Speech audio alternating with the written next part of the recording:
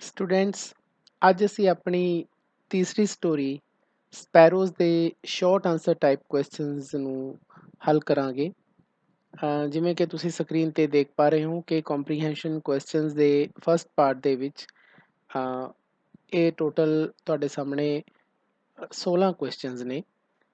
ਇਹ 16 ਕੁਐਸਚਨਸ ਸਾਰੇ ਹੀ short answer type questions ਨੇ ਤੇ ਇਹ ਤੁਹਾਡੇ ਸਪੈਰੋਜ਼ ਚੈਪਟਰ ਦੇ ਵਿੱਚੋਂ ਹੀ ਲਏ ਗਏ ਨੇ। ਤਾਂ ਇਹਨਾਂ ਨੂੰ ਆਪਾਂ ਅੱਜ ਹੱਲ ਕਰਾਂਗੇ।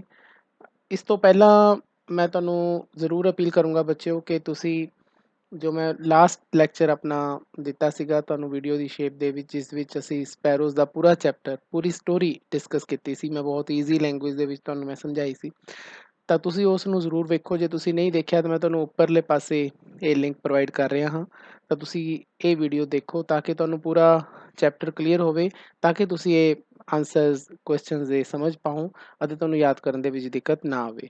ਤਾਂ ਜਿਹੜੇ ਸਟੂਡੈਂਟਸ ਨੇ ਸਾਰਾ ਚੈਪਟਰ ਦੀ ਜੋ ਮੇਰੀ ਐਕਸਪਲੇਨੇਸ਼ਨ ਹੈ, ਐਨਾਲਿਸਿਸ ਦਾ ਸੁਣਿਆ ਹੈ, ਉਹ ਇਸ ਨੂੰ ਕੰਟੀਨਿਊ ਕਰ ਸਕਦੇ ਨੇ। ਤਾਂ ਬੱਚਿਓ, ਇਹ ਸਾਰੇ ਕੁਐਸਚਨ ਆਨਸਰਸ ਨੂੰ ਮੈਂ ਇੱਕ PDF ਦੀ ਸ਼ੇਪ ਦਿੱਤੀ ਹੈ, ਜਿਵੇਂ ਕਿ ਤੁਸੀਂ ਦੇਖ ਪਾ ਰਹੇ ਹੋ। ਇਹ ਸਾਰੇ ਆਨਸਰਸ ਜਿਹੜੇ ਨੇ ਇਸ ਤਰ੍ਹਾਂ ਮੈਂ ਬਣਾਏ ਨੇ।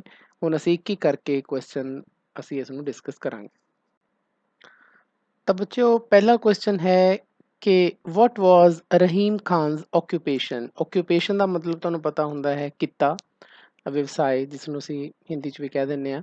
ਤਾਂ ਅਸੀਂ ਬੱਚਿਓ ਇਹ ਚੈਪਟਰ ਦੇ ਸ਼ੁਰੂ ਦੇ ਵਿੱਚ ਹੀ ਦੇਖਿਆ ਸੀ ਕਿ ਰਹੀਮ ਖਾਨ ਇੱਕ ਕਿਸਾਨ ਹੈ ਜੋ ਬਹੁਤ ਹੀ ਵੈਸੇ ਮਿਹਨਤੀ ਕਿਸਾਨ ਹੈ। ਸਵੇਰ ਤੋਂ ਲੈ ਕੇ ਸ਼ਾਮ ਤੱਕ ਆਪਣੇ ਖੇਤਾਂ 'ਚ ਕੰਮ ਕਰਦਾ ਹੈ ਅਤੇ ਸੂਰਜ ਢਲਣ ਤੋਂ ਪਹਿਲਾਂ ਉਹ ਘਰ ਵਾਪਸ ਆਉਂਦਾ ਹੈ। ਤਾਂ ਇਹਦਾ ਆਨਸਰ ਆਪਾਂ ਸਿੰਪਲ ਜਿਹਾ ਲਿਖਿਆ ਹੈ ਕਿ ਹੀ was a farmer. Second question ਹੈ ਕਿ ਹੀ ਵਾਕਡ, ਇੱਕ ਸਟੇਟਮੈਂਟ ਹੈ ਜੋ ਕਿ ਸਟੋਰੀ ਦੇ ਵਿੱਚੋਂ ਹੀ ਲਈ ਗਈ ਹੈ ਕਿ ਹੀ walked with a haughty and unfriendly air. ਤਾਂ ਇਹ ਸਟੇਟਮੈਂਟ ਤੋਂ ਬਾਅਦ ਕੁਐਸਚਨ ਹੈ ਕਿ what does this suggest about his reputation in the village. ਤਾਂ ਬੱਚੋ, ਜਦੋਂ ਮੈਂ ਤੁਹਾਨੂੰ ਇਹ ਸਟੋਰੀ ਡਿਸਕਸ ਕੀਤੀ ਸੀ ਤਾਂ ਉਸ ਟਾਈਮ ਤੁਹਾਨੂੰ ਸਮਝਾਇਆ ਸੀਗਾ ਕਿ ਜਦੋਂ ਉਹ ਵਾਪਸ ਆ ਰਿਹਾ ਹੁੰਦਾ ਹੈ, ਇੱਕ ਦਿਨ ਆਪਣੇ ਖੇਤਾਂ ਤੋਂ ਸ਼ਾਮ ਨੂੰ ਵਾਪਸ ਆ ਰਿਹਾ ਹੁੰਦਾ ਹੈ, ਤਾਂ ਰਸਤੇ 'ਚ ਚੌਪਾਲ ਲੱਗੀ ਹੁੰਦੀ ਹੈ। ਉੱਥੇ ਕਈ ਸਾਰੇ ਪਿੰਡ ਦੇ ਲੋਕ ਇਕੱਠੇ ਹੋਏ ਹੁੰਦੇ ਨੇ ਜੋ ਆਪਸ 'ਚ ਗੱਲਾਂ ਮਾਰ ਰਹੇ ਨੇ, ਗੌਸਿਪਿੰਗ ਕਰ ਰਹੇ ਹੁੰਦੇ ਨੇ। ਤਾਂ ਉੱਥੇ ਇਹ ਗੱਲ ਕਹੀ ਜਾਂਦੀ ਹੈ ਕਿ ਜਦੋਂ ਤੁਰਦਾ ਹੁੰਦਾ ਹੈ ਤਾਂ ਹੀ ਵਾਕਡ ਵਿਦ ਅ ਹੌਟੀ। ਹੌਟੀ ਦਾ ਮਤਲਬ ਹੁੰਦਾ ਹੈ ਬੱਚਿਓ ਕਿ ਜਿਵੇਂ ਪ੍ਰਾਊਡੀ, ਹੰਕਾਰੀ ਹੋਵੇ, ਐਂਡ ਅਨਫ੍ਰੈਂਡਲੀ ਏਅਰ। ਅਨਫ੍ਰੈਂਡਲੀ ਦਾ ਮਤਲਬ ਮੈਂ ਤੁਹਾਨੂੰ ਦੱਸਿਆ ਸੀ ਕਿ ਜਦੋਂ ਸਾਡਾ ਕੋਈ ਫਰੈਂਡ ਨਾ ਹੋਵੇ, ਸਾਡੇ ਨਾਲ ਕੋਈ ਦੋਸਤੀ ਨਾ ਰੱਖਣੀ ਚਾਹੁੰਦਾ ਹੋਵੇ। ਤਾਂ ਇਸ ਦਾ ਹੁਣ ਕੁਐਸਚਨ ਇਹ ਪੁੱਛਿਆ ਗਿਆ ਹੈ ਕਿ ਇਹ ਜਿਹੜੀ ਸਟੇਟਮੈਂਟ ਹੈ ਇਹ ਸਾਨੂੰ ਕੀ ਦੱਸਦੀ ਹੈ। ਵਟ ਡਜ਼ ਦਿਸ ਸੁਜੈਸਟ ਕਿ ਉਸ ਦੀ ਵਿਲੇਜ ਦੇ ਵਿੱਚ ਉਸ ਦੀ ਰੈਪੂਟੇਸ਼ਨ ਕਿੱਦਾਂ ਦੀ ਹੈ, ਮਤਲਬ ਉਸ ਦੀ ਕਿਸ ਤਰ੍ਹਾਂ ਦੀ ਇੱਜ਼ਤ ਹੈ ਪਿੰਡ ਦੇ ਵਿੱਚ, ਉਸ ਦੀ ਕਿਸ ਤਰ੍ਹਾਂ ਦੀ ਦਿੱਖ ਹੈ। ਤਾਂ ਬੱਚਿਓ, ਅਸੀਂ ਇਹ ਦੇਖਿਆ ਸੀਗਾ ਕਿ ਉਸਦਾ ਪਿੰਡ ਦੇ ਵਿੱਚ ਕੋਈ ਫਰੈਂਡ ਨਹੀਂ ਹੈ। ਕੋਈ ਵੀ ਉਸ ਨੂੰ ਬੁਲਾਉਣਾ ਪਸੰਦ ਨਹੀਂ ਕਰਦਾ। ਤਾਂ ਅਸੀਂ ਦੇਖਿਆ ਸੀਗਾ ਕਿ ਚੌਪਾਲ ਦੇ ਵਿੱਚ ਜਦੋਂ ਲੱਗੀ ਹੁੰਦੀ ਹੈ ਤਾਂ ਇੱਕ ਬੋਲਦਾ ਹੈ, ਕਾਲੂ ਇੱਕ ਇਨਸਾਨ ਬੋਲਦਾ ਹੈ ਕਿ ਉਹ ਦੇਖੋ ਆ ਰਿਹਾ ਹੈ, ਡੈਵਿਲ ਉਹ ਕਹਿ ਕੇ ਬੁਲਾਉਂਦਾ ਉਸ ਨੂੰ। ਫਿਰ ਕੁਛ ਐਸੀ ਵਰਡਸ ਨੰਨਾ ਬੋਲਦਾ ਹੈ ਅਤੇ ਫਿਰ ਜੈਲਦਾਰ ਬੋਲਦਾ ਹੈ ਕਿ ਇਹਨੇ ਤਾਂ ਮੇਰੀ ਜ਼ਿਆਦਾ ਕੁੱਟਿਆ ਸੀਗਾ। ਅਤੇ ਫਿਰ ਐਂਡ ਦੇ ਵਿੱਚ ਇੱਕ ਪਟੇਲ ਹੈ ਜਿਸ ਦੇ ਦੰਦ ਤਾਂ ਹੈ ਨਹੀਂ, ਲੇਕਿਨ ਉਹ ਗੱਲਾਂ ਬਹੁਤ ਵੱਡੀਆਂ ਵੱਡੀਆਂ ਕਰਦਾ ਇਹਦੇ ਬਾਰੇ, ਰਹੀਮ ਖਾਨ ਦੇ ਬਾਰੇ। ਤਾਂ ਇਹ ਸਾਰੀਆਂ ਗੱਲਾਂ ਤੋਂ ਜਾਂ ਇਸ ਸਟੇਟਮੈਂਟ ਤੋਂ ਜਾਂ ਉਹਨਾਂ ਬੰਦਿਆਂ ਤੋਂ ਸਾਨੂੰ ਕੀ ਪਤਾ ਲੱਗਦਾ ਹੈ। ਤਾਂ ਇਹਦਾ ਆਨਸਰ ਹੈ ਜੀ ਕਿ these words suggest, ਇਹ ਸ਼ਬਦ ਸਾਨੂੰ ਦੱਸਦੇ ਨੇ ਕਿ Rahim Khan had a reputation of a proud and cruel man, ਕਿ ਉਹ ਇੱਕ ਹੰਕਾਰੀ ਬੰਦਾ ਹੈ ਤੇ ਇੱਕ ਜ਼ਾਲਿਮ ਬੰਦਾ ਹੈ। ਜ਼ਾਲਿਮ ਸਾਨੂੰ ਪਤਾ ਲੱਗਦਾ ਹੈ ਕਿ ਉਹ ਬੱਚਿਆਂ ਨੂੰ ਮਾਰਦਾ ਕੁੱਟਦਾ ਹੈ, ਈਵਨ ਕਿ ਜਾਨਵਰਾਂ ਨੂੰ ਵੀ ਮਾਰਦਾ ਕੁੱਟਦਾ ਹੈ। ਤਾਂ ਜ਼ਾਲਿਮ ਬੰਦਾ ਹੈ ਉਹ। ਸਾਰੀਆਂ ਉਹਨਾਂ ਬੰਦਿਆਂ ਦੀਆਂ ਗੱਲਾਂ ਜੋ ਚੌਪਾਲ 'ਚ ਬੈਠੇ ਨੇ, ਅਤੇ ਇਹ ਸਟੇਟਮੈਂਟ ਇਹ ਨਾਲ ਜੁੜ ਜਾਂਦੀ ਹੈ ਬੱਚਿਓ। ਤਾਂ ਇਸ ਤੋਂ ਸਾਨੂੰ ਇਹ ਸਾਰੀਆਂ ਗੱਲਾਂ ਤੋਂ ਪਤਾ ਲੱਗਦਾ ਹੈ ਕਿ ਉਹ ਇੱਕ ਹੰਕਾਰੀ ਅਤੇ ਕਰੂਅਲ ਪਰਸਨ ਹੈ, ਜ਼ਾਲਿਮ ਪਰਸਨ ਹੈ।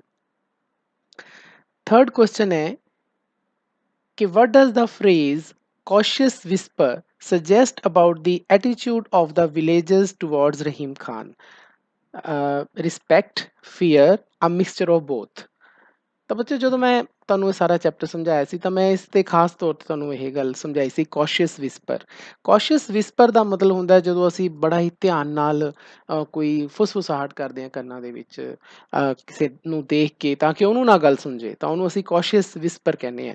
ਤਾਂ ਇਹ ਜਿਹੜਾ ਕੌਸ਼ੀਅਸ ਵਿਸਪਰ ਵਾਲੀ ਜਿਹੜੀ ਫਰੇਜ਼ ਹੈ, ਫਰੇਜ਼ ਦਾ ਮਤਲਬ ਗਰੁੱਪ ਆਫ ਵਰਡਸ ਨੇ, ਇਹ ਸਾਨੂੰ ਪਿੰਡਾਂ ਦੇ ਜਿਹੜਾ ਪਿੰਡ ਵਾਲਿਆਂ ਦਾ ਜਿਹੜਾ ਐਟੀਟਿਊਡ ਹੈ ਰਹੀਮ ਖਾਨ ਦੇ ਪ੍ਰਤੀ, ਰਹੀਮ ਖਾਨ ਦੇ ਪ੍ਰਤੀ, ਉਹਦੇ ਬਾਰੇ ਸਾਨੂੰ ਕੀ ਦੱਸਦੇ ਨੇ। ਜਿਹੜਾ ਕੌਸ਼ੀਅਸ ਵਿਸਪਰ ਹੈ, ਇਹ ਜਿਹੜੇ ਦੋ ਵਰਡਸ ਨੇ, ਇਹ ਤੋਂ ਕੀ ਪਤਾ ਚੱਲਦਾ ਹੈ।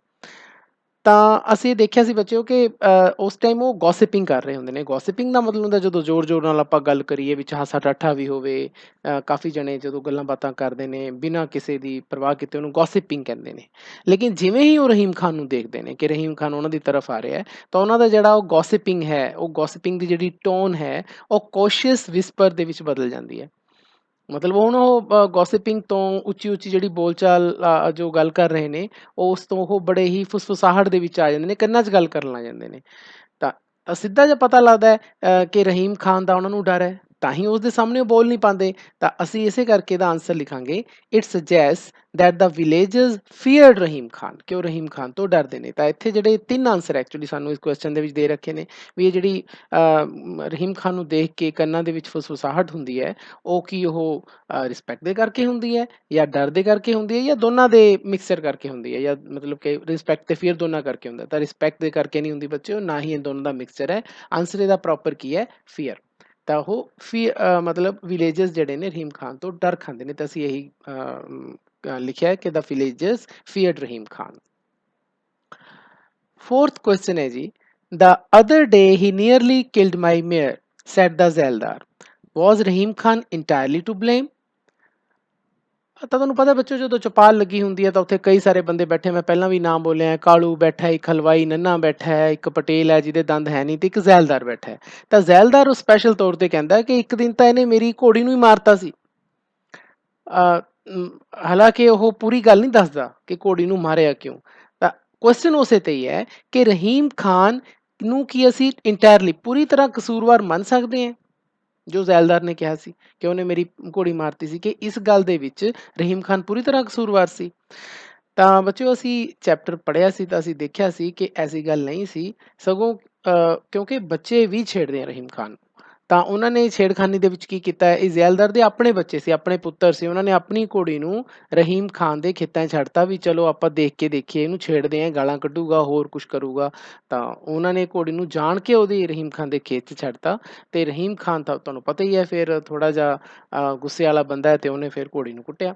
ਤਾਂ ਅਸੀਂ ਇਹਦਾ ਆਂਸਰ ਕਹਾਂਗੇ ਨੋ, ਨਹੀਂ, Rahim Khan was not entirely to blame. Rahim Khan ਨੂੰ ਅਸੀਂ ਪੂਰੀ ਤਰ੍ਹਾਂ ਕਸੂਰਵਾਰ, ਬਲੇਮ ਦਾ ਮਤਲਬ ਹੁੰਦਾ ਕਸੂਰਵਾਰ, ਇੰਟਾਇਰਲੀ ਪੂਰੀ ਤਰ੍ਹਾਂ ਨਹੀਂ ਮੰਨ ਸਕਦੇ, ਬਿਕੋਜ਼ ਕਿਉਂਕਿ ਜ਼ੈਲਦਾਰ ਸਨਸ ਹੈਡ ਡਰਿਵਨ ਦਾ mayor into Rahim Khan's field, ਕਿਉਂਕਿ ਜ਼ੈਲਦਾਰ ਦੇ ਆਪਣੇ ਪੁੱਤਰਾਂ ਨੇ, ਉਹਦੇ ਪੁੱਤਰਾਂ ਨੇ ਘੋੜੀ ਨੂੰ ਰਹੀਮ ਖਾਨ ਦੇ ਖੇਤਾਂ ਵਿੱਚ ਛੱਡਿਆ ਸੀ। ਤਾਂ ਇਹਦਾ ਆਂਸਰ ਇਹ ਹੈ ਜੀ। 5th ਕੁਐਸਚਨ ਹੈ ਕਿ what news did Rahim Khan get on returning to his hut। ਹੁਣ ਇਹ ਸਾਰੀਆਂ ਗੱਲਾਂ ਹੋ ਜਾਂਦੀਆਂ, ਉਸ ਤੋਂ ਬਾਅਦ ਰਹੀਮ ਖਾਨ ਆਪਣੀ ਜੋ ਉਸਦੀ ਝੌਂਪੜੀ ਟਾਈਪ ਘਰ ਹੁੰਦਾ ਉੱਥੇ ਆ ਜਾਂਦਾ ਹੈ। ਫਿਰ ਉਸ ਨੂੰ ਕੀ ਨਿਊਜ਼ ਮਿਲਦੀ ਹੈ, ਤੁਹਾਨੂੰ ਪਤਾ ਉੱਥੇ ਇੱਕ ਬਜ਼ੁਰਗ ਔਰਤ ਖੜੀ ਹੁੰਦੀ ਹੈ, ਉਹ ਉਸ ਨੂੰ ਬੁਲਾਉਂਦੀ ਹੈ, ਤੇ ਰਹੀਮ ਖਾਨ ਬੜਾ ਉਹਨੂੰ ਪੁੱਠਾ ਜਿਹਾ ਬੋਲਦਾ, 4-5 ਕੁਐਸਚਨ ਉੱਤੇ ਸੜ ਦਿੰਦਾ ਹੈ ਕਿ ਕੀ ਹੋ ਗਿਆ, ਤੇਰਾ ਮੁੰਡਾ ਤਾਂ ਨਹੀਂ ਫੜਿਆ ਗਿਆ, ਕਿ ਤੂੰ ਤੇਰੇ ਪੋਤੀ ਤਾਂ ਨਹੀਂ ਹੋਈ, ਕੁਝ ਇਹੋ ਜਿਹੀਆਂ ਗੱਲਾਂ ਬੋਲਦਾ ਹੈ। ਲੇਕਿਨ ਉਸ ਨੂੰ ਫਿਰ ਉਹ ਜਿਹੜੀ ਲੇਡੀ ਉਹ ਡਰਦੀ ਡਰਦੀ ਦੱਸਦੀ ਹੈ ਕਿ ਹੀ ਗੋਟ ਦਾ ਨਿਊਜ਼, ਉਸ ਨੂੰ ਇਹ ਖਬਰ ਮਿਲਦੀ ਹੈ that his wife had gone to her brother at Nurpur, ਕਿ ਉਸਦੀ ਜਿਹੜੀ ਪਤਨੀ ਹੈ ਉਹ ਨੂਰਪੁਰ ਪਿੰਡ ਦੇ ਵਿੱਚ ਜਿਹੜਾ ਉਹਦਾ ਭਰਾ ਰਹਿੰਦਾ ਉੱਥੇ ਉਹ ਚਲੀ ਗਈ ਹੈ। ਤਾਂ ਬੱਚੇ ਤੁਹਾਨੂੰ ਯਾਦ ਹੋਣਾ, ਤਾਂ ਜਦੋਂ ਉਸ ਨੂੰ ਕਹਿੰਦੀ ਹੈ ਉਹ ਬਜ਼ੁਰਗ ਔਰਤ ਕਹਿੰਦੀ ਹੈ ਕਿ ਯੂਅਰ ਵਾਈਫ, ਉਹ ਦੋ ਹੀ ਸ਼ਬਦ ਬੋਲਦੀ ਹੈ ਤੇ ਨਾਲ ਉਹਦੇ ਦੋ ਸ਼ਬਦਾਂ ਨੂੰ ਪੂਰਾ ਕਰਦਾ ਸੈਂਟੈਂਸ ਦੀ ਸ਼ੇਪ ਦੇ ਵਿੱਚ, ਰਹੀਮ ਖਾਨ ਹੈਡ ਰਨ ਅਵੇ, ਕਿ ਭੱਜ ਗਈ ਉਹ, ਮਤਲਬ ਉਹਨੂੰ ਪਹਿਲਾਂ ਹੀ ਲੱਗ ਰਿਹਾ ਹੁੰਦਾ ਹੈ। ਲੇਕਿਨ ਉਸ ਨੂੰ ਫਿਰ ਬਜ਼ੁਰਗ ਔਰਤ ਸਹੀ ਗੱਲ ਦੱਸਦੀ ਹੈ ਕਿ ਨਹੀਂ, ਤੇਰੀ ਤਾਂ ਜਿਹੜੀ ਵਾਈਫ ਹੈ ਉਹ ਨੂਰਪੁਰ ਗਈ ਹੈ ਆਪਣੇ ਭਰਾ ਦੇ ਕੋਲ, ਕੁਝ ਦਿਨਾਂ ਤੋਂ ਵਾਪਸ ਆ ਜਾਏਗੀ, ਉਹਨੂੰ ਇਹ ਗੱਲ ਕਹਿੰਦੀ ਹੈ। 6ਵਾਂ ਕੁਐਸਚਨ ਹੈ ਜੀ ਕਿ what was ਰਹੀਮ's reaction when he heard that his wife had gone away। Rahim the Ki reaction ਹੁੰਦਾ ਹੈ, ਕੀ ਪ੍ਰਤੀਕਿਰਿਆ ਹੁੰਦੀ ਹੈ ਜਦੋਂ ਉਸ ਨੂੰ ਪਤਾ ਲੱਗਦਾ ਉਸ ਬਜ਼ੁਰਗ ਔਰਤ ਤੋਂ ਕਿ ਉਸ ਦੀ ਪਤਨੀ ਜਾ ਚੁੱਕੀ ਹੈ। ਤਾਂ ਫਿਰ ਤੁਹਾਨੂੰ 4 ਆਂਸਰਸ ਦਿੱਤੇ ਗਏ ਹੈ। ਇੱਕ ਤਰ੍ਹਾਂ ਦਾ ਮਲਟੀਪਲ ਟਾਈਪ ਕੁਐਸਚਨ ਹੈ, ਮਲਟੀਪਲ ਆਂਸਰ ਟਾਈਪ ਕੁਐਸਚਨ ਹੈ। ਰਿਲੀਫ, ਰਿਲੀਫ ਦਾ ਮਤਲਬ ਕਿ ਉਹਨੂੰ ਆਰਾਮ ਦੀ ਆਰਾਮ ਆ ਜਾਂਦਾ ਹੈ ਸੁਣ ਕੇ ਕਿ ਹਾਂ ਮੇਰੀ ਵਾਈਫ ਚਲੀ ਗਈ। ਅਨਹੈਪੀਨੈਸ ਕਿ ਉਹ ਦੁਖੀ ਹੁੰਦਾ ਹੈ। ਐਂਗਰ ਕਿ ਉਸਨੂੰ ਗੁੱਸਾ ਆਉਂਦਾ ਹੈ। ਡਿਸਕੰਫਰਟ ਕਿ ਉਹ ਬੇਆਰਾਮੀ ਮਹਿਸੂਸ ਕਰਦਾ ਹੈ। ਤਾਂ ਬੱਚਿਓ ਇਹ ਕਾਫੀ ਅਸੀਂ ਪੜ੍ਹਿਆ ਸੀ, ਕਾਫੀ ਵੱਡਾ ਪੈਰਾ ਸੀਗਾ। ਇਹਦੇ ਵਿੱਚ ਸਾਨੂੰ ਪਤਾ ਲੱਗਿਆ ਸੀ ਕਿ ਰਹੀਮ ਖਾਨ ਆਪਣੀ ਵਾਈਫ ਨਾਲ ਹਮੇਸ਼ਾ ਨਾਰਾਜ਼ ਹੀ ਰਿਹਾ ਸ਼ੁਰੂ ਤੋਂ ਲੈ ਕੇ ਐਂਡ ਤੱਕ, ਜਦ ਦੀ ਉਸਦੀ ਮੈਰਿਜ ਹੋਈ ਹੈ। ਸਗੋਂ ਆਪਣੀ ਵਾਈਫ ਨੂੰ ਇੱਕ ਨੈਸੈਸਰੀ ਪੀਸ ਆਫ ਫਰਨੀਚਰ ਮੰਨਦਾ ਹੈ। ਫਰਨੀਚਰ ਤੁਹਾਨੂੰ ਤਾਂ ਪਤਾ ਹੈ ਕਿ ਜਿਹੜੀਆਂ ਆਪਾਂ ਚੀਜ਼ਾਂ ਰੱਖਦੇ ਹਾਂ ਲੱਕੜੀ ਦੀਆਂ ਆਪਣੇ ਘਰਾਂ, ਜਿਵੇਂ ਚੇਅਰ ਹੋਈ ਜਾਂ ਟੇਬਲ ਹੋਇਆ, ਤਾਂ ਉਹ ਇੱਕ ਤਰ੍ਹਾਂ ਦੀ ਉਹ ਫਰਨੀਚਰ ਦਾ ਪੀਸ ਮੰਨਦਾ ਹੈ। ਅਤੇ ਉਹਨੂੰ ਐਂ ਲੱਗਦਾ ਹੈ ਕਿ ਹੁਣ ਉਹ ਚਲੀ ਗਈ, ਹੁਣ ਮੇਰੇ ਲਈ ਔਖਾ ਹੋ ਜਾਊਗਾ। ਪਰ ਵੈਸੇ ਉਸ ਨੂੰ ਇਹ ਜਿਹੜੀ ਪ੍ਰੋਬਲਮ ਆਉਂਦੀ ਹੈ ਉਹ ਇਹ ਹੈ ਕਿ ਬਹੁਤ ਜ਼ਿਆਦਾ ਗੁੱਸੇ ਰਹਿੰਦਾ ਆਪਣੀ ਵਾਈਫ ਦੇ ਨਾਲ, ਅਤੇ ਉਸ ਨੂੰ ਗੁੱਸਾ ਹੋਰ ਵੀ ਜ਼ਿਆਦਾ ਚੜ੍ਹ ਜਾਂਦਾ ਜਦੋਂ ਉਹਨੂੰ ਪਤਾ ਲੱਗੀ ਕਿ ਉਹਨੂੰ ਛੱਡ ਕੇ ਚਲੀ ਗਈ। ਤਾਂ ਇਹਦਾ ਆਂਸਰ ਅਸੀਂ ਲਿਖਾਂਗੇ ਹੀ ਫੈਲਟ ਐਂਗਰੀ, ਕਿ ਉਸ ਨੂੰ ਬਹੁਤ ਜ਼ਿਆਦਾ ਗੁੱਸਾ ਆਇਆ, ਗੁੱਸਾ ਮਹਿਸੂਸ ਹੋਇਆ ਉਸ ਨੂੰ। 7th ਕੁਐਸਚਨ ਹੈ ਕਿ what were Rahim Khan's ambitions as a young man, were they fulfilled? ਬਹੁਤ ਹੀ ਇੰਪੋਰਟੈਂਟ ਕੁਐਸਚਨ ਹੈ ਬੱਚਿਓ, ਐਗਜ਼ਾਮ ਦੇ ਵਿੱਚ ਆਮ ਤੌਰ 'ਤੇ ਆ ਜਾਂਦਾ ਹੈ। ਰਹੀਮ ਖਾਨ ਦੀਆਂ ਕੀ ਇੱਛਾਵਾਂ ਸੀ ਜਦੋਂ ਉਹ ਯੰਗ ਮੈਨ ਸੀ, ਜਦੋਂ ਉਹ ਇੱਕ ਨੌਜਵਾਨ ਬੰਦਾ ਸੀ, ਕੀ ਉਹ ਪੂਰੀਆਂ ਹੋਈਆਂ? ਤਾਂ ਬੱਚਿਓ ਸਾਨੂੰ ਪਤਾ ਹੈ ਕਿ ਰਹੀਮ ਖਾਨ ਆਪਣੀ ਜਦੋਂ ਜਵਾਨੀ 'ਚ ਸੀਗਾ ਤਾਂ ਉਸ ਟਾਈਮ ਉਹ ਬਹੁਤ ਵਧੀਆ ਐਥਲੀਟ ਸੀਗਾ। ਉਹਦੇ ਬਰਾਬਰ ਦਾ ਪਿੰਡ 'ਚ ਕੋਈ ਐਥਲੀਟ ਨਹੀਂ ਸੀ। ਬਹੁਤ ਵਧੀਆ ਕਬੱਡੀ ਦਾ ਪਲੇਅਰ ਸੀ। ਈਵਨ ਕਿ ਉਹ ਨਦੀ 'ਤੇ ਜਾ ਕੇ ਡਾਈਵਿੰਗ ਕਰਨਾ ਉਹ ਪਹਿਲੇ ਨੰਬਰ 'ਤੇ ਰਹਿੰਦਾ ਸੀ। ਰੈਸਲਿੰਗ 'ਚ ਵੀ ਉਹ ਬਹੁਤ ਵਧੀਆ ਸੀ।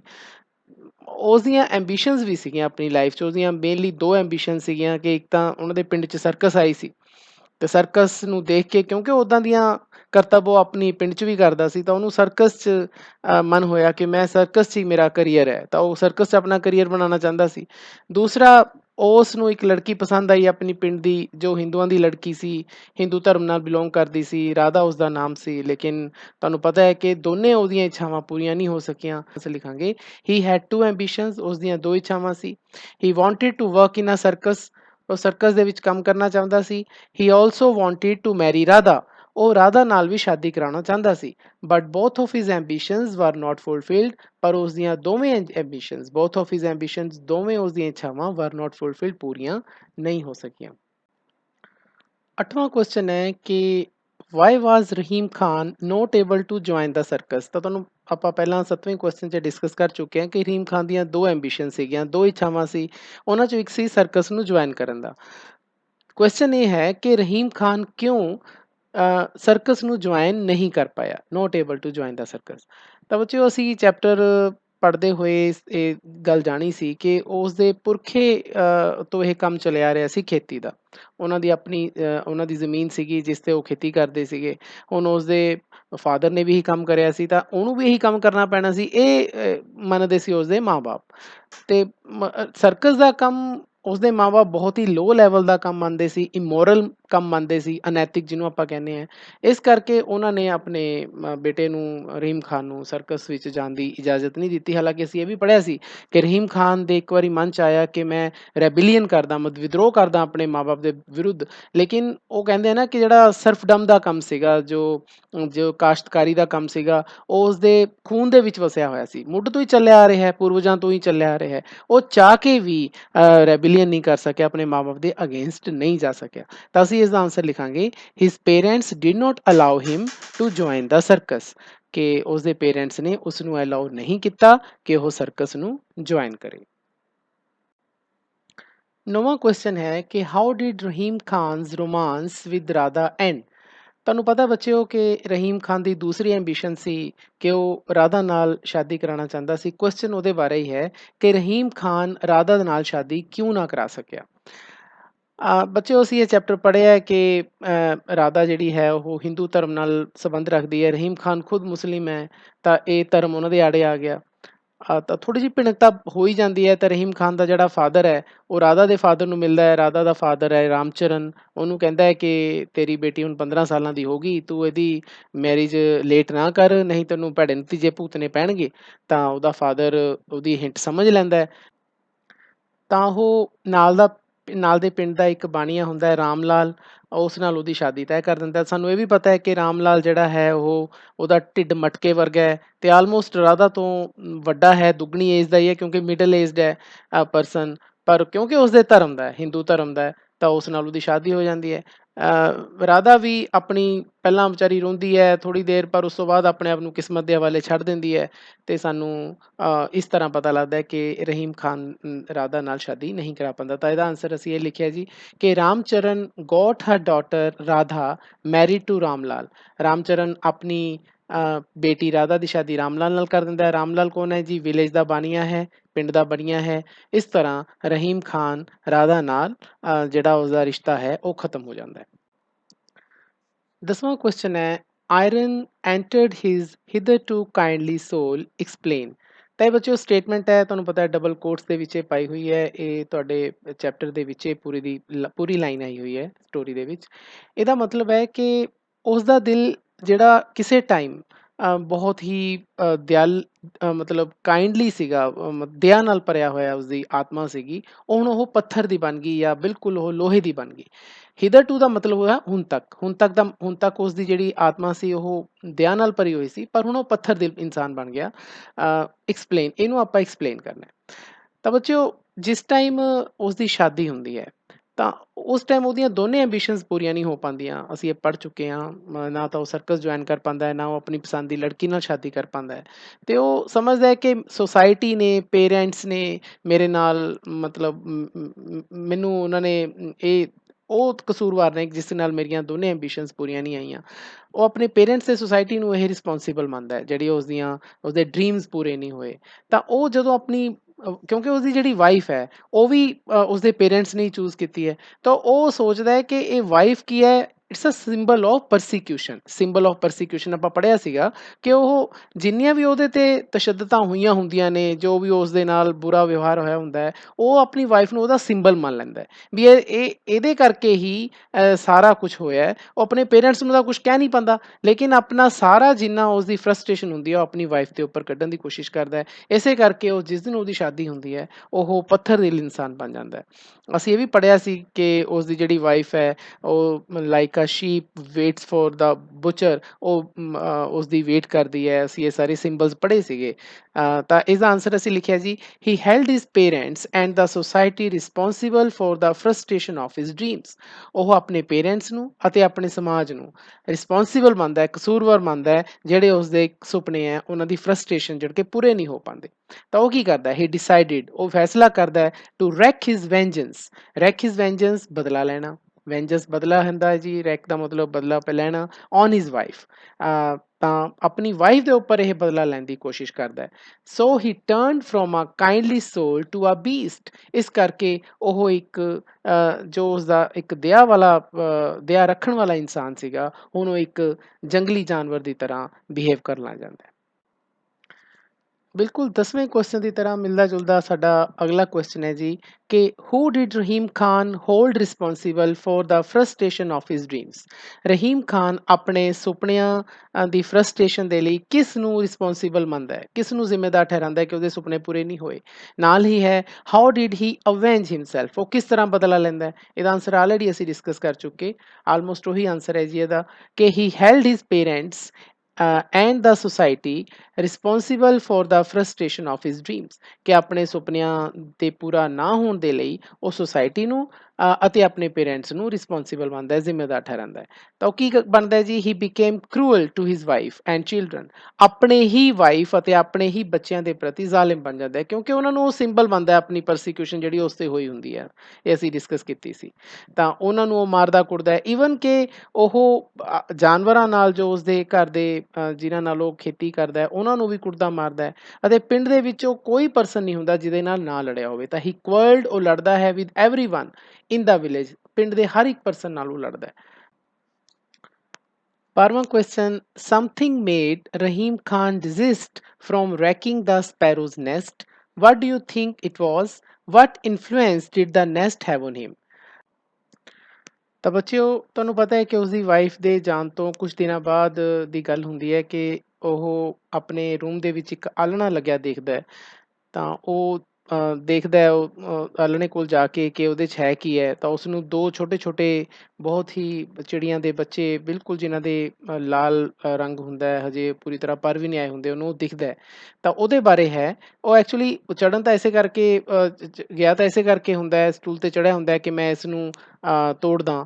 ਪਰ ਕੁਛ ਉਹਦੇ ਮਨ ਦੇ ਵਿੱਚ ਆਉਂਦਾ ਹੈ, something made Rahim Khan desist, desist ਮਤਲਬ ਰੋਕਣਾ। ਉਹ ਉਸਨੂੰ ਜਿਹੜਾ ਸਪੈਰੋ ਦਾ ਨੈਸਟ ਹੈ ਉਸਨੂੰ ਤੋੜਨ ਤੋਂ, ਸਪੈਰੋ ਦੇ ਆਲ੍ਹਣੇ ਨੂੰ ਤੋੜਨ ਤੋਂ ਕੋਈ ਚੀਜ਼ ਉਸਨੂੰ ਰੋਕਦੀ ਹੈ। ਇਹੀ ਕੁਐਸਚਨ ਪੁੱਛਿਆ ਗਿਆ ਹੈ ਕਿ what do you think it was, ਇਹ ਹੈ ਕਿ ਕਿਹੜੀ ਚੀਜ਼ ਸੀ ਜਿਸ ਨੇ ਉਸਨੂੰ ਰੋਕਿਆ, ਤੇ ਇਸ ਆਲ੍ਹਣੇ ਨੇ ਉਸ ਤੇ ਕੀ ਅਸਰ ਪਾਇਆ, ਇਨਫਲੂਐਂਸ। ਤਾਂ ਤੁਹਾਨੂੰ ਪਤਾ ਹੈ ਕਿ ਜਦੋਂ ਉਹਨੂੰ ਹਾਲਾਂਕਿ ਉਹ ਤੋੜਦਾ ਨਹੀਂ, ਉਹ ਦੇਖਣ ਹੀ ਜਾਂਦਾ ਹੁੰਦਾ ਹੈ, ਤਾਂ ਉਹ ਮਦਰ ਸਪੈਰੋ ਜਿਹੜੀ ਹੁੰਦੀ ਹੈ ਬੱਚਿਆਂ ਦੀ, ਜੋ ਚਿੜੀ ਦੇ ਬੱਚਿਆਂ ਦੀ ਮਾਂ ਹੁੰਦੀ ਹੈ, ਉਹ ਰਹੀਮ ਖਾਨ ਤੇ ਅਟੈਕ ਕਰ ਦਿੰਦੀ ਹੈ, ਕਿਉਂਕਿ ਉਹਨੂੰ ਇਹ ਲੱਗਦਾ ਹੈ ਕਿ ਆਲ੍ਹਣਾ ਤੋੜਨ ਆਇਆ ਹੈ। ਤਾਂ ਹੁਣ ਉਹ ਦੇਖੋ ਛੋਟਾ ਜਿਹਾ ਜੀਵ ਹੈ, ਚਿੜੀ ਕੋਈ ਬਹੁਤ ਵੱਡਾ ਜਾਨਵਰ ਤਾਂ ਹੈ ਨਹੀਂ, ਜੀਵ ਤਾਂ ਹੈ ਨਹੀਂ। ਉਹ ਹੁਣ ਆਪਣੇ ਬੱਚਿਆਂ ਨੂੰ ਤੇ ਆਪਣੀ ਫੈਮਿਲੀ ਨੂੰ ਬਚਾਉਣ ਦੇ ਲਈ ਉਹ ਰਹੀਮ ਖਾਨ ਤੇ ਅਟੈਕ ਕਰ ਦਿੰਦੀ ਹੈ। ਰਹੀਮ ਖਾਨ ਨੂੰ ਇਹ ਗੱਲ ਦਾ ਬੜਾ ਹੈਰਾਨੀ ਹੁੰਦੀ ਹੈ ਕਿ ਦੇਖੋ ਇੱਕ ਛੋਟਾ ਜਿਹਾ ਜੀਵ ਆਪਣੇ ਪਰਿਵਾਰ ਨੂੰ ਬਚਾਉਣ ਲਈ ਕਿਸ ਹੱਦ ਤੱਕ ਜਾ ਸਕਦਾ ਹੈ। ਫਿਰ ਉਹਨੂੰ ਆਪਣੇ ਆਪ ਤੇ ਹੁੰਦਾ ਹੈ ਕਿ ਮੈਂ ਤਾਂ ਆਪਣੇ ਹੱਥ ਨਾਲ ਆਪਣੇ ਪਰਿਵਾਰ ਨੂੰ ਖਤਮ ਕਰਤਾ, ਮੈਂ ਆਪਣੇ ਹੱਥਾਂ ਨਾਲ ਆਪਣੀ ਵਾਈਫ ਨੂੰ ਕੁੱਟਦਾ ਮਾਰਦਾ ਰਿਹਾ, ਆਪਣੇ ਬੱਚਿਆਂ ਨੂੰ ਮਾਰਦਾ ਰਿਹਾ, ਜਿਸ ਕਰਕੇ ਮੇਰਾ ਪਰਿਵਾਰ ਬਿਖਰ ਗਿਆ। ਤਾਂ ਉਹ ਫਿਰ ਉਸ ਦਿਨ ਤੋਂ ਬਾਅਦ ਚੇਂਜ ਹੋ ਜਾਂਦਾ ਹੈ। ਇੱਕ ਸਪੈਰੋ ਦੀ ਫੈਮਿਲੀ ਨੂੰ ਦੇਖ ਕੇ ਉਸਨੂੰ ਆਪਣੀ ਫੈਮਿਲੀ ਯਾਦ ਆਉਂਦੀ ਹੈ, ਆਪਣੀਆਂ ਕੀਤੇ ਹੋਏ ਜੋ ਗਲਤੀਆਂ ਨੇ ਉਸ ਤੇ ਉਹਨੂੰ ਪਛਤਾਵਾ ਹੁੰਦਾ ਹੈ। ਇਹੀ ਇਹਦਾ ਆਂਸਰ ਹੈ ਕਿ the mother sparrow attacked Rahim Khan for the safety of her family. Mother ਜਿਹੜੀ ਸਪੈਰੋ ਹੈ ਉਹ ਰਹੀਮ ਖਾਨ ਨੂੰ ਆਪਣੀ ਫੈਮਿਲੀ ਦੀ ਸੁਰੱਖਿਆ ਦੇ ਲਈ ਅਟੈਕ ਕਰਦੀ ਹੈ। Her heroic efforts to save her home and children moved Rahim Khan's heart. ਤਾਂ ਉਸ ਦੀ ਜਿਹੜੀ ਇੱਕ ਬਿਲਕੁਲ ਹੀਰੋ ਵਰਗੀ ਜਿਹੜੀ ਐਫਰਟ ਹੁੰਦੀ ਹੈ ਉਸ ਚਿੜੀ ਦੀ, ਤਾਂ ਕਿ ਆਪਣੇ ਘਰ ਨੂੰ ਸੇਵ ਕਰ ਲਵੇ ਅਤੇ ਆਪਣੇ ਬੱਚਿਆਂ ਨੂੰ ਬਚਾਵੇ, ਉਹ ਰਹੀਮ ਖਾਨ ਦੇ ਦਿਲ ਨੂੰ ਪਸੀਜ ਜਾਂਦੀ ਹੈ। ਮੂਵ ਦਾ ਮਤਲਬ ਪਸੀਜ ਜਾਣਾ, ਵੀ ਉਸਦੀ ਇਹ ਜਿਹੜੀ ਐਫਰਟ ਹੈ, ਉਸਦੀ ਇਹ ਕੋਸ਼ਿਸ਼ ਹੈ, ਉਹ ਰਹੀਮ ਖਾਨ ਦੇ ਦਿਲ ਨੂੰ ਪਸੀਜ ਜਾਂਦੀ ਹੈ। This incident completely changed him. ਇਹ ਜਿਹੜੀ ਘਟਨਾ ਉਸਨੂੰ ਪੂਰੀ ਤਰ੍ਹਾਂ ਬਦਲ ਦਿੰਦੀ ਹੈ। And he became a kind person again. ਅਤੇ ਉਹ ਫਿਰ ਪਹਿਲਾਂ ਵਿਆਹ ਤੋਂ ਪਹਿਲਾਂ ਵਾਲਾ ਜਿਹੜਾ ਇੱਕ ਦਇਆ ਰੱਖਣ ਵਾਲਾ ਇਨਸਾਨ ਹੈ, ਉਹ ਉਦਾਂ ਦਾ ਬਣ ਜਾਂਦਾ ਹੈ। 13ਵਾਂ question, can you say how Rahim Khan felt when the group of children ran away from him. ਤਾਂ ਜਿਸ ਟਾਈਮ ਉਹ ਰਹੀਮ ਖਾਨ ਬਿਲਕੁਲ ਚੇਂਜ ਹੋ ਜਾਂਦਾ ਹੈ, ਉਹ ਬਿਲਕੁਲ ਪਹਿਲਾਂ ਵਰਗਾ ਵਧੀਆ ਇਨਸਾਨ ਬਣ ਜਾਂਦਾ ਹੈ। ਤਾਂ ਇੱਕ ਦਿਨ ਉਹ ਖੇਤਾਂ ਤੋਂ ਵਾਪਸ ਆ ਰਿਹਾ ਹੁੰਦਾ ਹੈ, ਤਾਂ ਬੱਚੇ ਗਲੀ 'ਚ ਖੇਡ ਰਹੇ ਹੁੰਦੇ ਨੇ, ਉਹ ਰਹੀਮ ਖਾਨ ਨੂੰ ਦੇਖ ਕੇ ਫਿਰ ਡਰ ਜਾਂਦੇ ਨੇ, ਭੱਜ ਲੈਂਦੇ ਨੇ। ਕੁਝ ਬੱਚੇ ਤਾਂ ਆਪਣੇ ਜੁੱਤੇ ਹੀ ਉੱਥੇ ਛੱਡ ਜਾਂਦੇ ਨੇ ਡਰਦੇ ਮਾਰੇ। ਰਹੀਮ ਖਾਨ ਉਹਨਾਂ ਨੂੰ ਬੁਲਾਉਂਦਾ ਵੀ ਹੈ ਕਿ ਤੁਸੀਂ ਕਿਉਂ ਭੱਜ ਰਹੇ ਹੋ। ਉਸ ਟਾਈਮ ਉਹਦਾ ਕੁਐਸਚਨ ਹੈ ਕਿ ਰਹੀਮ ਖਾਨ ਨੂੰ ਕਿਸ ਤਰ੍ਹਾਂ ਦਾ ਫੀਲ ਹੁੰਦਾ ਹੈ, ਹਾਊ ਰਹੀਮ ਖਾਨ ਫੈਲਟ, ਜਦੋਂ ਬੱਚੇ ਉਸ ਤੋਂ ਡਰ ਕੇ ਭੱਜ ਜਾਂਦੇ ਨੇ। ਤਾਂ he must have felt unhappy, ਕਿਉਂ ਉਸਨੂੰ ਬੜਾ ਦੁੱਖ ਲੱਗਿਆ ਹੋਏਗਾ, because he was a good person at that time, ਕਿਉਂਕਿ ਉਸ ਟਾਈਮ ਉਹ ਇੱਕ ਚੰਗਾ ਇਨਸਾਨ ਬਣ ਚੁੱਕਿਆ ਸੀ, ਇਸ ਕਰਕੇ ਉਸਨੂੰ ਬਹੁਤ ਹੀ ਦੁੱਖ ਲੱਗਿਆ। 14 ਕੁਐਸਚਨ ਹੈ, how did Rahim Khan get drenched. Rahim Khan ਪੂਰੀ ਤਰ੍ਹਾਂ ਕਿਵੇਂ ਭਿੱਜ ਜਾਂਦਾ ਹੈ, ਡਰੈਂਚ ਦਾ ਮਤਲਬ ਹੁੰਦਾ ਹੈ ਭਿੱਜਣਾ। What was his only worry even during the last moments of his life. ਉਸਦੀ ਇਕਲੌਤੀ ਚਿੰਤਾ, ਓਨਲੀ ਵਰੀ, ਇਕਲੌਤੀ ਚਿੰਤਾ ਕਿਹੜੀ ਸੀ, ਜਦ ਕਿ ਬਿਲਕੁਲ ਉਹ ਆਪਣੀ ਲਾਈਫ ਦੇ ਅਖੀਰਲੇ ਪਲਾਂ ਤੇ ਸੀ। Even during the last moments of his life. ਤਾਂ ਤੁਹਾਨੂੰ ਪਤਾ ਬੱਚਿਓ, ਬਰਸਾਤ ਦਾ ਦਿਨ ਹੁੰਦਾ ਹੈ, ਇੱਕ ਦਿਨ ਉਹ ਘਰ ਆਉਂਦਾ ਹੈ ਤੇ he went out in the pouring rain to repair the damage of the roof of his house for the safety of the sparrow's nest. ਉਹਨੂੰ ਆ ਕੇ ਪਤਾ ਚੱਲਦਾ ਹੈ ਕਿ ਬੱਚਿਆਂ ਨੂੰ ਬੁਲਾਉਂਦਾ ਹੈ, ਬੱਚੇ ਆਉਂਦੇ ਨਹੀਂ, ਚਿੜੀਆਂ ਦੇ ਬੱਚੇ ਉਹਦੇ ਕੋਲੇ ਨਹੀਂ ਆਉਂਦੇ। ਤਾਂ ਉਹਨੂੰ ਦੇਖਦਾ ਹੈ ਕਿ ਕੀ ਹੋ ਗਿਆ, ਤਾਂ ਉਹ ਨੈਸਟ ਦੇ ਵਿੱਚ ਜਾ ਕੇ ਦੇਖਦਾ ਤਾਂ ਉਹਨਾਂ ਦੇ ਆਲ੍ਹਣੇ ਦੇ ਵਿੱਚ ਪਾਣੀ ਟਪਕ ਟਪਕ ਕੇ ਛੱਤ 'ਚੋਂ ਪੈ ਰਿਹਾ ਹੁੰਦਾ ਹੈ। ਤਾਂ ਉਹ ਫਿਰ ਪੌੜੀ ਲੈ ਕੇ ਉਸੇ ਮੀਂਹ ਦੇ ਵਿੱਚ ਉਸ ਨੂੰ ਠੀਕ ਕਰਕੇ ਆਉਂਦਾ। ਉਹਦੇ ਬਾਰੇ ਹੀ ਅਸੀਂ ਆਂਸਰ ਦਿੱਤਾ ਹੈ ਕਿ ਹੀ ਵੈਂਟ ਆਊਟ, ਉਹ ਬਾਹਰ ਜਾਂਦਾ ਹੈ, ਇਨ ਦਾ ਪੋਰਿੰਗ ਰੇਨ, ਮੂਸਲਾਧਾਰ ਬਾਰਿਸ਼ ਦੇ ਵਿੱਚ, to repair the damage of the roof, ਆਪਣੇ ਹਾਊਸ ਦੀ ਰੂਫ ਨੂੰ ਨੂੰ ਠੀਕ ਕਰਨ ਦੇ ਲਈ, ਤਾਂ ਕਿ ਸਪੈਰੋਜ਼ ਦਾ ਜਿਹੜਾ ਨੈਸਟ ਹੈ ਉਸ ਦੀ ਸੇਫਟੀ ਹੋ ਸਕੇ। ਸੋ ਹੀ ਗੋਟ ਡਰੈਂਚਡ, ਤਾਂ ਇਸ ਕਰਕੇ ਉਹ ਭਿੱਜ ਜਾਂਦਾ। ਤਾਂ ਇਹ ਸਾਡੇ ਪਹਿਲੇ ਪਾਰਟ ਦਾ ਆਂਸਰ ਹੋਇਆ। ਤਾਂ ਲਾਸਟ ਮੂਮੈਂਟ ਦੇ ਵਿੱਚ he was only thinking about feeding the sparrows during the last moments of his life. ਜ਼ਿੰਦਗੀ ਦੇ ਆਖਰੀ ਪਲਾਂ ਦੇ ਵਿੱਚ ਉਸ ਨੂੰ ਸਿਰਫ ਚਿੜੀਆਂ ਦੀ ਫੀਡਿੰਗ ਬਾਰੇ ਧਿਆਨ ਹੁੰਦਾ ਹੈ ਕਿ ਉਹਨਾਂ ਨੂੰ ਦਾਣਾ ਕੌਣ ਪਾਊਗਾ ਜੇ ਮੈਂ ਨਾ ਰਿਹਾ। ਤਾਂ he was only thinking about feeding the sparrows. 15th question, what does Rahim Khan's behavior towards the sparrows show about his own nature? ਤਾਂ ਚਿੜੀਆਂ ਪ੍ਰਤੀ ਉਸ ਦਾ ਜਿਹੜਾ ਬਿਹੇਵੀਅਰ ਸੀ, ਉਸ ਦਾ ਵਤੀਰਾ ਸੀ, ਉਹਨੂੰ ਦੇਖ ਕੇ ਸਾਨੂੰ ਕੀ ਪਤਾ ਚੱਲਦਾ ਉਸ ਦੀ ਆਪਣੀ ਨੇਚਰ ਦਾ, ਕਿ ਅਸਲ 'ਚ ਉਸ ਦੀ ਨੇਚਰ ਕਿੱਦਾਂ ਦੀ ਸੀ। ਤੁਹਾਨੂੰ ਪਤਾ ਹੈ ਬੱਚਿਓ, ਜਿਹੜਾ ਇੱਕ ਛੋਟੇ ਜਿਹੇ ਜੀਵ ਚਿੜੀਆਂ ਨੂੰ ਦੇ ਪਿੱਛੇ ਆਪਣੀ ਜਾਨ ਦੇ ਸਕਦਾ ਹੈ, ਆਪਣੀ ਜਾਨ ਦੀ ਬਾਜ਼ੀ ਲਗਾ ਸਕਦਾ ਹੈ, ਇੰਨੀ ਪਰਵਾਹ ਨਹੀਂ ਕਰਦਾ ਉਹਨਾਂ ਨੂੰ ਬਚਾਉਣ ਦੇ ਲਈ ਉਹ ਮੂਸਲਾਧਾਰ ਬਾਰਿਸ਼ ਦੇ ਵਿੱਚ ਜਾ ਕੇ ਉਹਨਾਂ ਦੇ ਆਲਣੇ ਨੂੰ ਬਚਾਉਂਦਾ ਹੈ, ਤਾਂ ਅਸੀਂ ਸੋਚ ਸਕਦੇ ਹਾਂ ਕਿ ਉਹ ਕਿੰਨਾ ਅੰਦਰੂਨੀ ਤੌਰ 'ਤੇ ਕਿੰਨਾ ਵਧੀਆ ਇਨਸਾਨ ਸੀ। ਤਾਂ ਅਸੀਂ ਆਨਸਰ ਇਹੀ ਲਿਖਾਂਗੇ, it shows that he was basically a kind hearted man, ਕਿ ਉਹ ਇੱਕ ਦਇਆ ਰੱਖਣ ਵਾਲਾ ਇਨਸਾਨ ਸੀ, ਦਿਲੋਂ ਦਇਆ ਰੱਖਣ ਵਾਲਾ ਇਨਸਾਨ ਸੀ। ਤਾਂ ਬੱਚਿਓ, ਚੈਪਟਰ ਦਾ ਲਾਸਟ ਕੁਐਸਚਨ ਹੈ, ਇਹ ਇੱਕ ਸਟੇਟਮੈਂਟ ਨਾਲ ਸ਼ੁਰੂ ਹੁੰਦਾ ਹੈ, friends keep vigil over the body of a dear one. ਤਾਂ ਬੱਚਿਓ, ਇਹ ਜਿਹੜੀ ਸਟੇਟਮੈਂਟ ਹੈ ਇਹ ਚੈਪਟਰ ਦੇ ਵਿੱਚੋਂ ਨਹੀਂ ਆਈ, ਇਹ ਜਿਹੜੀ ਪੂਰੀ ਜਿਹੜੀ ਇਹ ਲਾਈਨ ਹੈ ਇਹ ਚੈਪਟਰ ਦੇ ਵਿੱਚੋਂ ਨਹੀਂ ਹੈ। ਇਹ ਇੱਕ ਆਮ ਕਹਾਵਤ ਹੈ ਕਿ ਜਿਹੜੇ ਫਰੈਂਡਸ ਨੇ ਉਹ ਆਪਣੇ ਜੋ ਪੂਰੇ ਹੋ ਜਾਂਦੇ ਨੇ ਬੰਦੇ, ਉਹਨਾਂ ਦੀ ਬੋਡੀ ਦੇ ਕੋਲੇ ਜਾਗਦੇ ਰਹਿੰਦੇ ਨੇ, ਉਹ ਨਹੀਂ ਸੌਂਦੇ। ਤਾਂ who kept vigil over the body of Rahim Khan, ਤਾਂ ਇੱਥੇ ਪੁੱਛਿਆ ਇਹ ਗਿਆ ਕਿ ਰਹੀਮ ਖਾਨ ਦੀ ਬੋਡੀ ਦੇ ਕੋਲ ਕੌਣ ਮਤਲਬ ਜਾਗ ਰਹੇ ਸੀ, ਜਾਂ ਕੌਣ ਇੱਕ ਤਰ੍ਹਾਂ ਦਾ ਪਹਿਰਾ ਦੇ ਰਹੇ ਸੀ ਉਸਦੇ ਆਲੇ ਦੁਆਲੇ। ਤਾਂ ਸਾਨੂੰ ਪਤਾ ਬੱਚਿਓ, ਜਿਸ ਟਾਈਮ ਦਰਵਾਜ਼ਾ ਤੋੜ ਕੇ ਉਸਦੀ ਵਾਈਫ, ਉਸਦੇ ਬੱਚੇ ਤੇ ਉਸਦੇ ਹੋਰ ਜਿਹੜੇ ਗੁਆਂਢੀ ਹੈ ਉਹ ਅੰਦਰ ਆਉਂਦੇ ਨੇ, ਤਾਂ ਉਹਨਾਂ ਨੂੰ ਰਹੀਮ ਖਾਨ ਦੀ ਜਿਹੜੀ ਇੱਕ ਵੱਡੀ ਦੇਹ ਹੁੰਦੀ ਹੈ, ਮਤਲਬ ਕਿਉਂਕਿ ਉਹ ਕਾਫੀ ਤਾਕਤਵਰ ਹੁੰਦਾ ਹੈ, ਲੇਕਿਨ ਉਸ ਟਾਈਮ ਉਹ ਕਮਜ਼ੋਰ ਪਈ ਹੁੰਦੀ ਹੈ, ਉਹਨੂੰ ਉਹ ਦਿਖਦੀ ਹੈ ਤੇ ਪੂਰਾ ਕਮਰਾ ਸੁਨਸਾਨ ਹੁੰਦਾ ਹੈ, ਤੇ ਪੂਰੇ ਕਮਰੇ 'ਚ ਕਿਸੇ ਤਰ੍ਹਾਂ ਦਾ ਕੋਈ ਸ਼ੋਰ ਨਹੀਂ ਹੁੰਦਾ, ਸਿਰਫ ਇੱਕ ਸ਼ੋਰ ਆ ਰਿਹਾ ਹੁੰਦਾ ਹੈ, ਉਹ ਫਲਟਰਿੰਗ ਆਫ ਦਾ ਸਪੈਰੋਜ਼। ਤਾਂ ਇਹਦਾ ਮਤਲਬ ਉਹਦੇ ਫਰੈਂਡਸ ਕੌਣ ਸੀ ਉਸ time? The sparrows. The sparrows kept vigil over the dead of, over the dead body ਆਣਾ ਸੀਗਾ ਇੱਥੇ, ਆਪਾਂ ਇਨਸਰਟ ਕਰ ਦਿੰਦੇ ਹਾਂ, over the dead body of Rahim Khan. ਤਾਂ ਜਿਹੜੇ ਸਪੈਰੋਜ਼ ਨੇ ਉਹ ਰਹੀਮ ਖਾਨ ਦੀ ਡੈਡ ਬੋਡੀ ਦੇ ਉੱਪਰ ਪਹਿਰਾ ਦੇ ਰਹੇ ਹੁੰਦੇ ਨੇ। ਤਾਂ ਬੱਚਿਓ, ਇਸ ਤਰੀਕੇ ਨਾਲ ਸਾਡੀ ਜਿਹੜਾ ਪੂਰਾ ਚੈਪਟਰ ਦੇ ਟੈਕਸਚੁਅਲ ਕੁਐਸਚਨਸ ਨੇ ਉਹ ਖਤਮ ਹੁੰਦੇ ਨੇ। ਮੈਨੂੰ ਉਮੀਦ ਹੈ ਕਿ ਤੁਹਾਨੂੰ ਇਹ ਸਾਰੇ ਆਂਸਰ ਸਮਝ ਆ ਗਏ ਹੋਣਗੇ। ਜੇ ਤੁਹਾਨੂੰ ਕਿਸੇ ਤਰ੍ਹਾਂ ਦੀ ਕੋਈ ਦਿੱਕਤ ਹੈ ਤਾਂ ਬੱਚਿਓ, ਮੈਂ ਤੁਹਾਨੂੰ ਪਹਿਲਾਂ ਗਾਈਡ ਕਰੂੰਗਾ ਕਿ ਤੁਸੀਂ ਜ਼ਰੂਰ ਇਹ ਚੈਪਟਰ ਜੋ ਮੈਂ ਪੂਰੀ ਈਜ਼ੀ ਐਕਸਪਲੇਨੇਸ਼ਨ ਤੇ ਐਨਾਲਿਸਿਸ ਕਰਿਆ ਹੈ ਇਸ ਚੈਪਟਰ ਨੂੰ, ਉਹ ਜੋ ਮੈਂ ਤੁਹਾਨੂੰ ਇਸ ਵੀਡੀਓ ਦੇ ਐਂਡ ਦੇ ਵਿੱਚ ਵੀ ਤੁਹਾਨੂੰ ਇਸਦਾ ਲਿੰਕ ਦੇ ਦੂੰਗਾ, ਤਾਂ ਤੁਸੀਂ ਉਹ ਜ਼ਰੂਰ ਦੇਖੋ ਤਾਂ ਕਿ ਤੁਹਾਨੂੰ ਇਹ ਸਾਰੇ ਕੁਐਸਚਨ ਆਂਸਰ ਸਮਝ ਆ ਜਾਣ। ਫਿਰ ਵੀ ਕੋਈ ਦਿੱਕਤ ਹੈ ਤਾਂ ਤੁਸੀਂ ਮੈਨੂੰ ਕੰਟੈਕਟ ਕਰ ਸਕਦੇ ਹੋ, ਤੇ ਮੈਨੂੰ ਇਹ ਸਾਰੇ ਕੁਐਸਚਨਸ ਆਪਣੀ ਫੇਅਰ ਨੋਟਬੁੱਕਸ ਤੇ ਲਿਖ ਕੇ ਉਸਦੀਆਂ ਪਿਕਸ ਜ਼ਰੂਰ ਭੇਜਣੀਆਂ ਨੇ। ਧੰਨਵਾਦ।